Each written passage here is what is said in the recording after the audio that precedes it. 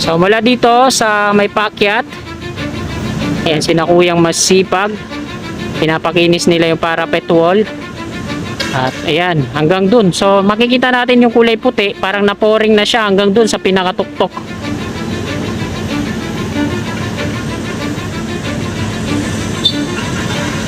Okay. Todo natin yung zoom natin. Sana malinaw.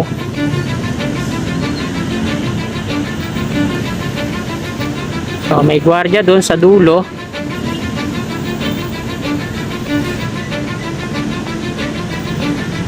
At hanggang na yan dyan.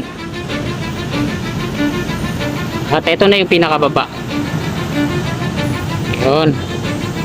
Sinimulan ko to, walang naniniwala sa paligid ko.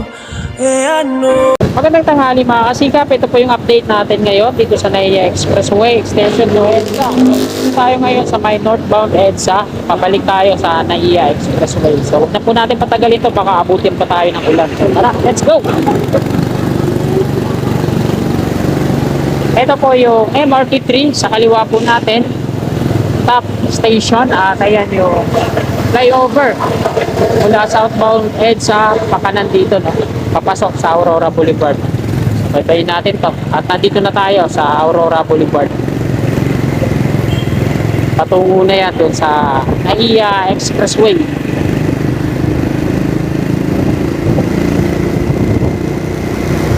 So sana hindi matraffic ngayon dito, pero mali ata tayo nakakala kasi dito pa lang sa off-ramp na flyover na to galing southbound EDSA.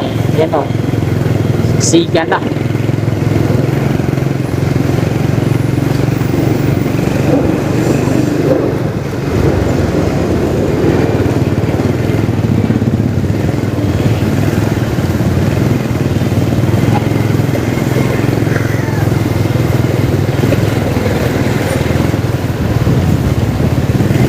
Naporing na kaya nila yung dun sa on-ramp mismo. Silipin natin mga kasikap. Dito muna tayo dito.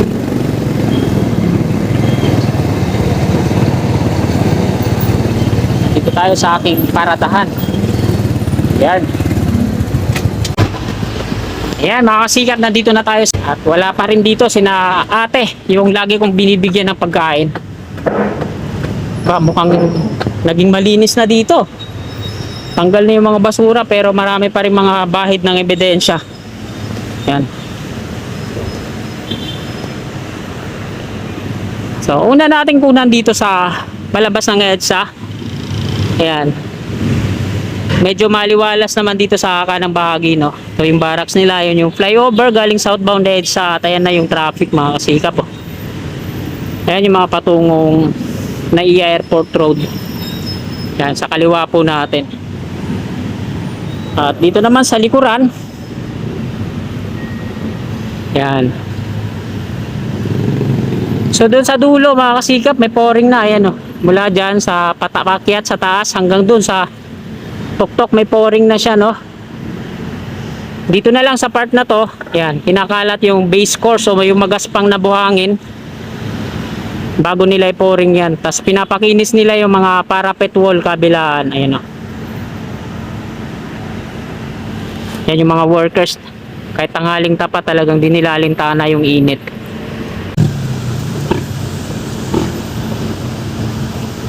So hindi na gumagalaw dito sa gawing kanan natin mga kasikap. So mga kasikap, nakuna na po natin ang update dito. Bababa na po tayo at babaybay natin dito sa kanan patungo doon sa NAIA Airport Road. So tara, let's go!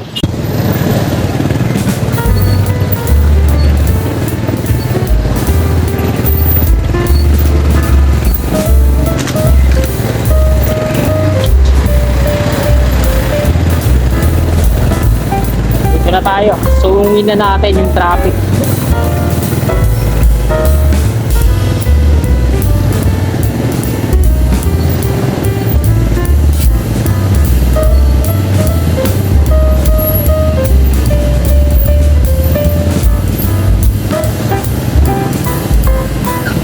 Maraming mga kababayan natin na nasa ibang bansa pag napunta sila dito sa Pilipinas ulit. Naninibago sila, lalo na dito sa Aurora Boulevard patungong NAIA Airport Road.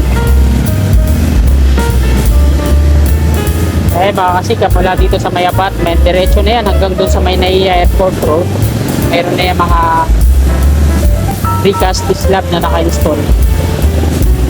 Mabilis lang kasi fabricated na lahat na mga materials na ini-install nila dito. Kagaya nga na itong parapet wall, mga kasikap, ayan o. Prefabricate na din yan. Pagsalpak na lang po yan dyan sa taas. Kaya mabilis lang nila ginagawa. Hindi na sila nagre-rebar, pupormahan at puporing. Fabricated na po yan. Fabricated na yan, mga kasikap, yung mga parapet na yan. Pinagdudugtong-dugtong na lang nila, ini-install sa taas.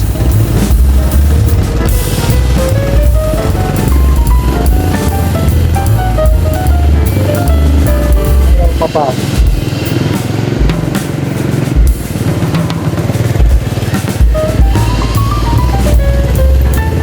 Yan, eh.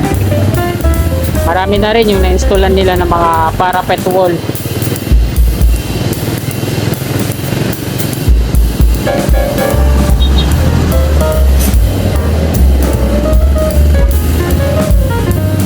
So dito hindi pa na-installan, pero mabilis lang nila gagawin yan. Siguro kumukuha pa yan ng mga i-install nila kung saan sila, saan man galing yun.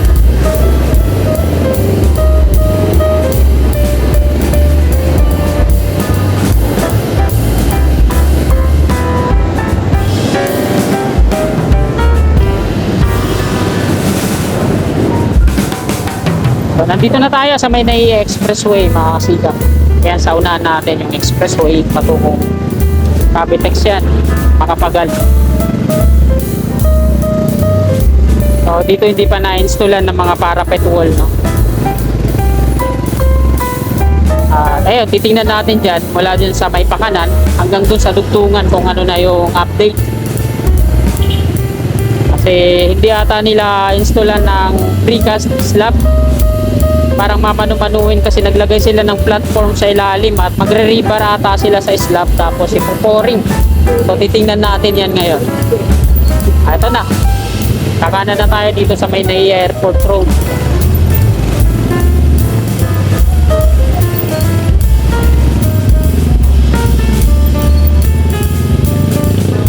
Ayan mga kasikap, nandito tayo sa may ilalim. Mula dito, yan, may install yan na precast slab. At ito yung umpisa yan, no, nilalagyan nila ng platform, yung ilalim, mga metal platform. Yan, hanggang dun. So isa lang ang gagawin nila dyan, mamanu-manuhin nga yung pagpuporing dyan sa taas para sa slab. At hindi na ako dadaan dito sa kanan, dito na ako sa gilid, nahirapan ako mag-U-turn. Yan, tingnan na lang natin. Ito yung pinakadulo na.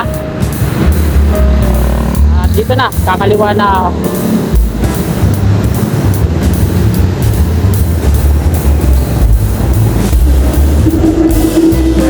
Wala dun sa dulo mga kasikap, kasi apat na span na lang to na wala pang slab. Installan na yung mga ilalim ng platform, metal platform. Nakita naman natin kanina, no? Yan. Ang next nyan, lalagyan na rebar para sa slab, tapos lalagyan ng mga forma at ipo-pouring. So ganun yung gagawin nila.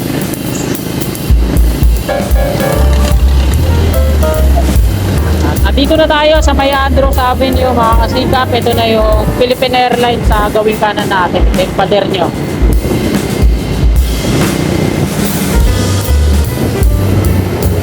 Ito yung update sa ginagawa nilang pagpapalapad ng mga drainage. So ayan, na-pouring na yan. Hanggang yan, yung slab nya.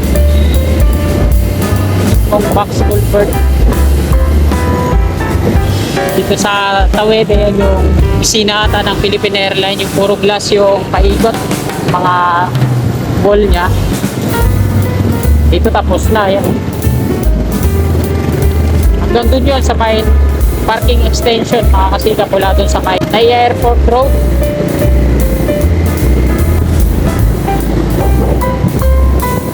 Naiya Terminal 3 parking extension.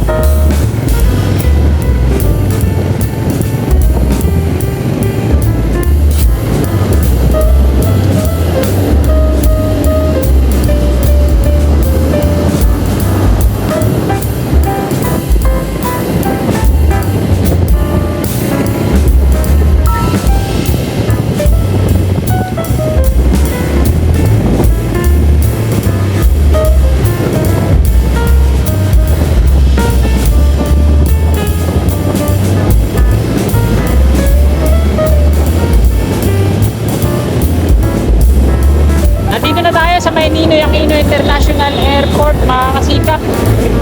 At doon tayo sa unahan mag-end ang ating vlog.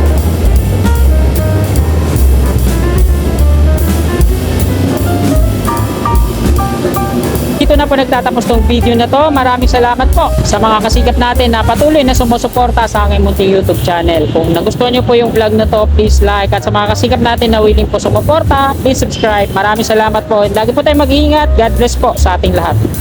You're